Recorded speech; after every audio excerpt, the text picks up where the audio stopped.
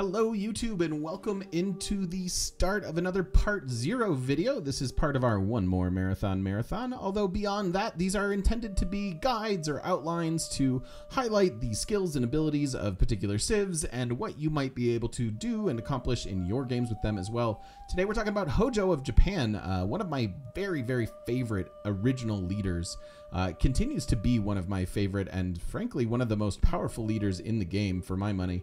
One of the most powerful naval civs, as well as versatile in terms of space race, theater square, culture wins. You could even do a holy win if you want.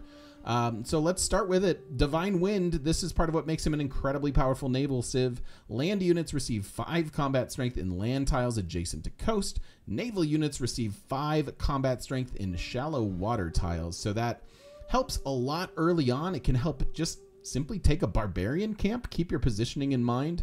When you're fighting barbarians, you can hold up pretty indefinitely early on, even against a warrior, against swords, etc., etc.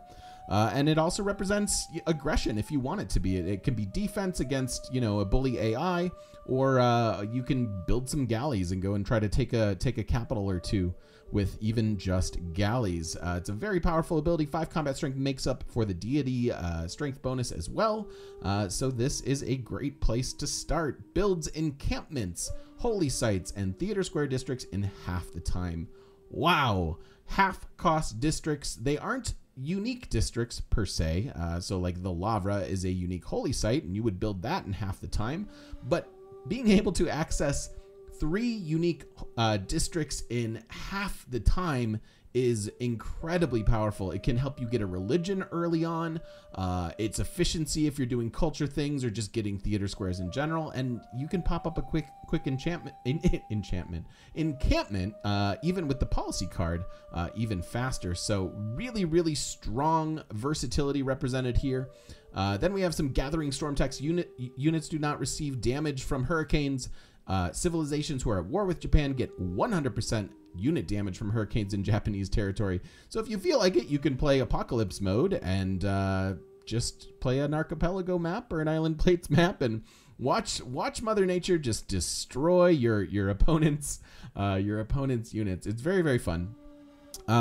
So let's talk about the bread and butter of Japan, which is Meiji Restoration. All districts receive an additional standard adjacency bonus for being next to another district. What this equates to is units next to each other get +1 of a thing, okay? This also is part of why he is incredibly good at being a naval civ. Let's found our capital real quick, and let's look at a map pin for a harbor. It's +4. Normally, you'd think it's +3, right? But you get 1 for the fish, 2 for being next to the city center, but we get a full 1 instead of a half, which is very powerful. All of your districts work on this mechanic, so you can have among the best and shiniest districts in the game. Just industrial zones are that much better. They honestly rival Germany's in a lot of regards.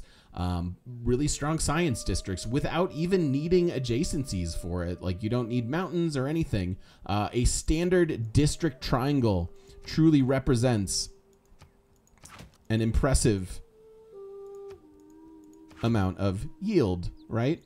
Yes, I know this is better next to the harbor. You don't have to tell me. I'm just trying to show you that you can get really strong districts without much of an effort. It's part of what makes him incredibly powerful, and again, part of why he's such a good coastal and naval civ. So Samurai, this is a replacement for the Man-at-Arms. It is at feudalism in the culture tree, so build an early theater square or 2 to make sure that you get there on time.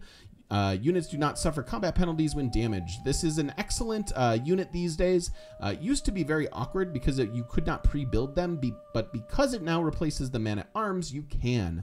Part of one of the latest balance, the latest and last balance patches, a lot of these unique units got smoothed out in terms of progression order, and it makes me much happier than I used to be. Then we have the Electronics Factory. This gives you 4 culture to its city after researching electricity, its production bonus is extended to all city centers within 6 tiles that do not already have a bonus from it. So it's a replacement factory, and again, a compelling reason to do space race stuff, and it's often the way that I play Hojo, although he's an exceptionally powerful culture civ, especially with a faith-first focus. Holy sites and theater squares are the bread and butter of culture victory these days, in my opinion, and you get to make them very, very cheaply. So he's an incredibly powerful civ. He does have a coastal start bias, so keep that in mind.